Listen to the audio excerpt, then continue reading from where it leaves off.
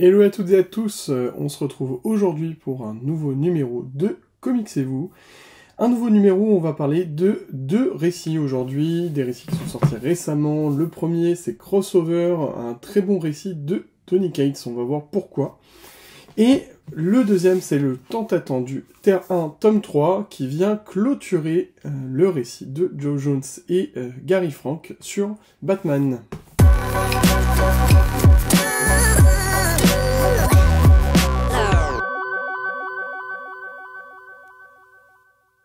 Commençons par la pépite du moment, Crossover, qui est sorti chez Urban Comics,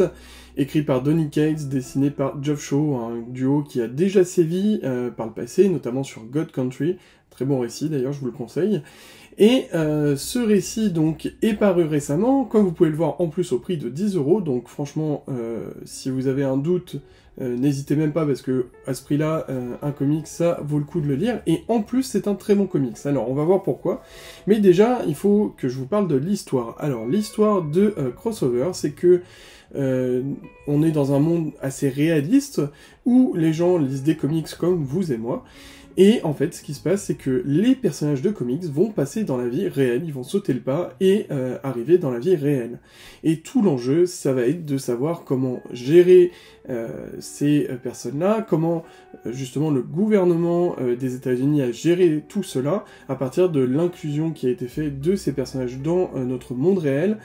au niveau de Denver, qui est la ville de Denver aux États-Unis. Et on va suivre un personnage féminin qui va devoir retrouver ses parents qui, eux, sont à Denver, qui sont, comment dire, des personnages réels, qui sont pas des personnages de fiction, et qui sont bloqués dans cette ville de Denver, puisque cette ville a été mise sous quarantaine, et je vous laisserai voir comment, sans trop vous spoiler. Donc avec cette jeune fille qui travaille dans une boutique de comics, et on va devoir la suivre, et elle va devoir retrouver donc ses parents, et va s'en suivre tout un tas d'histoires pour essayer d'arriver à ce Denver-là, avec notamment pas mal de personnages de l'univers d'Image Comics, ou même de comics indépendants, ou de comics qui ont été écrits par Donny Cates, comme les The Paybacks, qui est sorti d'ailleurs récemment, je vous le conseille, et tous ces personnages-là vont être inclus dans cette histoire-là, qui est un peu comme une ode aux comics. On sent que Donny Cates a vraiment pris un plaisir non dissimulé à écrire cette histoire, et que c'est un vrai fan de comics.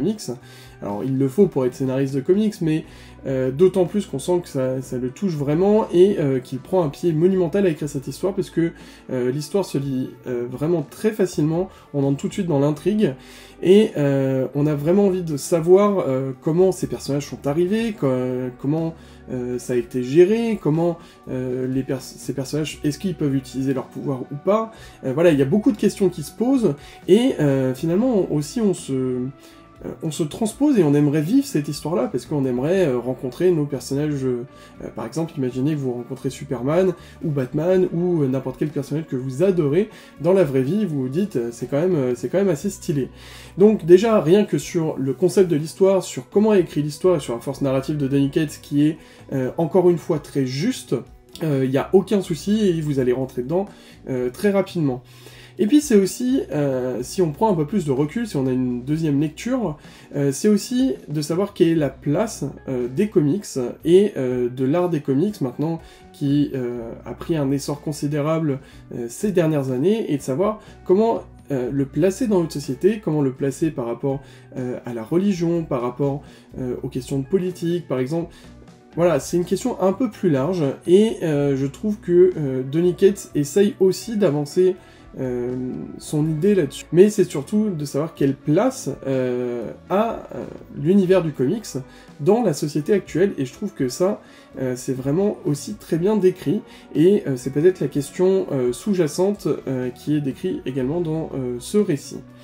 Au niveau du dessin, c'est Geoff Shaw, c'est son partenaire, donc comme je vous le disais, qui ont déjà sévi sur God Country, et c'est du très bon, hein, Geoff Shaw, moi j'adore son dessin, et on sent que les deux s'entendent à merveille, et ça fait des étincelles, donc ça, voilà, une des pages que je vous montre, qui est très sympa. On retrouve d'autres personnages, comme je vous disais, par exemple Madman, les Paybacks, Hit Girl, pour ne citer que, je vais pas tous vous les citer, parce que je vous laisse le plaisir de les découvrir. Et ce que j'ai beaucoup aimé aussi, c'est qu'on a un hommage de Donny Cates à tous ces personnages qu'il a pu inclure, et on sent qu'aussi ça le tenait à cœur de rendre hommage aux autres scénaristes qui ont pu créer ces personnages, et c'est une vraie dose aux comics en fait. Ce récit-là, c'est très bien écrit, et puis comme je vous le disais, pour 10 €, vous prenez pas un grand risque si vous avez encore des doutes, mais moi je crois que ces doutes sont vraiment infondés parce que cette histoire est vraiment sublime. En plus on a un rebondissement à la fin qui nous donne encore plus envie d'aller lire le tome 2 qui devrait sortir dans pas longtemps, si je dis pas de bêtises, c'est soit juin soit septembre, j'ai ces 2 dates en tête, mais ça nous donne vraiment envie de lire, c'est rafraîchissant, c'est un récit qui pose plein de questions, qui est très facile à lire, et qui nous donne envie en plus de connaître d'autres personnages, par exemple The Payback, ça peut vous donner envie d'aller sur ce récit, en plus comme ça sort en même temps, ça peut être un bon combo à lire, et Donny Cates nous régale encore. Donc sur ce récit-là, moi je trouve que c'est vraiment une petite pépite qui est sortie il y a pas longtemps. C'est une petite pépite, c'est très cool. Donc je vous engage vraiment à aller lire ce numéro, et même à suivre ce titre-là, puisque c'est vraiment très intéressant à lire. On enchaîne avec Batman Terrain tome 3, le tant attendu tome 3, puisque les 2 premiers tomes étaient sortis il y a quelques années maintenant, et on retrouve la même équipe créative, Geoff Jones bien évidemment à l'écriture, Gary Franco au dessin, Brad Anderson à la couleur. Et donc cette équipe créative était partie à la base sur une écriture de l'origine de Batman plus réaliste, c'était le topo de Batman Terrain, une écriture plus réaliste, plus contemporaine, de mettre un Batman qui pourrait être dans notre monde actuel. Et force est de constater que les 2 premiers tomes avaient très bien marché. Dans ces 2 premiers tomes, pour replacer, Batman avait affronté le Pingouin et le Sphinx, c'était allié à Killer Croc, et on avait retrouvé également Harvey Dent et sa sœur, qui était devenue mère, et peut-être là je vous spoil, donc attention si vous n'avez pas lu les 2 premiers tomes, mais Harvey Dent va décéder à la fin du 2e tome. Donc ça c'est le statu quo avant le 3e tome, qui est plus ou moins rappelé au début par Geoff Jones, puisqu'il a bien conscience qu'après autant d'années, on peut un peu patiner dans la semoule pour se souvenir de ce qui s'était passé avant, ou sinon il faut relire les tomes. Donc on part avec ces 2 premiers tomes en tête, qui étaient 2 bons premiers tomes, et on se retrouve dans ce numéro-là avec notre trio, puisque le duo est un peu différent, donc ça j'en avais déjà parlé sur Batman Terrain, le duo entre Alfred et Batman est lui aussi beaucoup plus contemporain, on a une relation qui est plus proche, et pas tout à fait celle qu'on a l'habitude de voir entre les deux. Et quand je parle de trio, je parle évidemment de Killer Croc qui va aider Batman et Alfred dans la quête de comprendre pourquoi des gangs armés s'opposent aux policiers et vont faire vivre à la police de Gotham le pire des enfers. Tout ceci est aussi de trouver pourquoi ces gangs existent, dans quel but, et qui les contrôle, et là on va avoir une sacrée surprise de savoir qui contrôle ces gangs. Donc ce numéro va repartir sur ce statu quo, et va montrer la part belle de Batman en tant que héros, donc dans l'action, mais également sur son côté détective, de savoir qui interagit et qui contrôle ces gangs. Donc sur cette partie-là, c'est plutôt réussi, là il n'y a pas à dire, c'est un scénario qui tient la route. En revanche, il y a l'entrée d'un des personnages, je vous spoil pas, vous verrez, qui ramène finalement Batman dans un côté beaucoup plus gothique, je dirais, beaucoup plus classique de Batman, qui n'est pas forcément attendu et qui s'écarte du côté réaliste qui est voulu dans ce scénario-là. Et quand on s'attend à avoir quelque chose de plus réaliste, qu'on va vers ce côté plus classique de Batman, bah, moi je trouvais qu'on était un peu déçus, et je trouvais que surtout ce personnage arrivait comme un cheveu sur la soupe, et n'apportait pas finalement grand-chose au récit. On perdait là en force narrative et dans des sentiments qui n'avaient pas forcément lieu d'être, ou un personnage qui n'avait pas forcément une grande importance dans le récit. Ça, vous verrez, peut-être que pour vous, il apportera bien plus, mais moi, je trouvais que c'était pas le personnage le plus intéressant. Et surtout, il y a un rapprochement sur certaines scènes avec ce qu'a pu faire, par exemple, Scott Snyder avec la cour des hiboux, la nuit des hiboux, où Batman était relié à la ville de Gotham bien plus en profondeur qu'on l'imaginait, donc c'est une idée qui est un peu recyclée, et que je trouvais pas forcément intéressante de la placer justement dans un récit qui se veut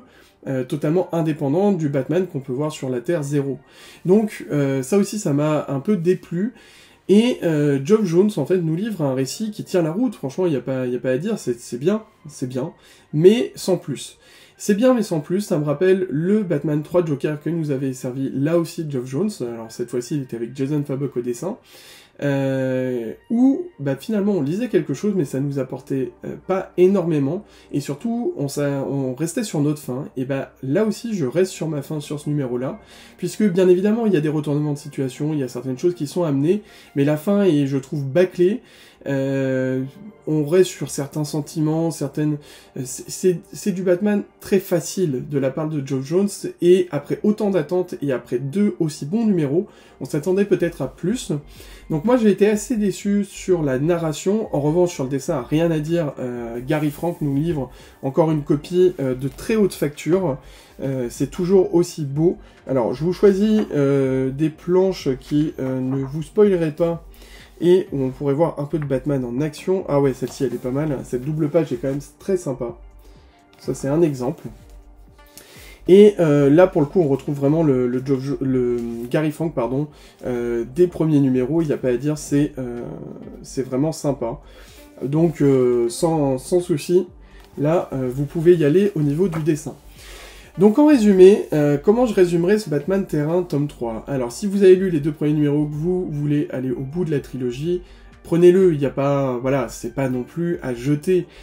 Juste soyez prévenus que n'attendez pas quelque chose d'extraordinaire. Moi j'attendais bien évidemment une conclusion qui serait au-delà même des 2 premiers numéros,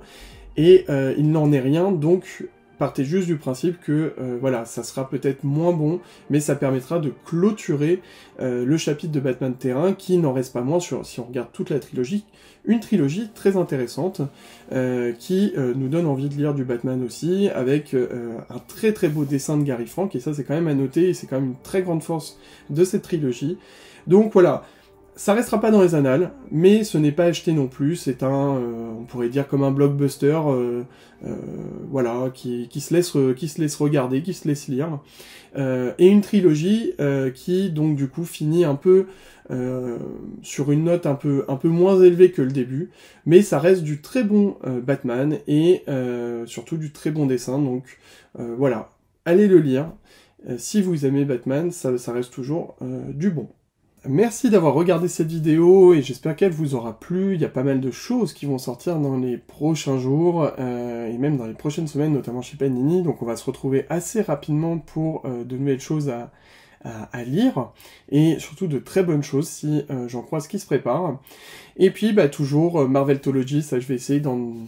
faire un peu plus. D'ailleurs, je peux lancer une chose, c'est que dites-moi ce que vous voudriez voir dans Marveltology, quelles questions vous voulez aborder de l'univers Marvel.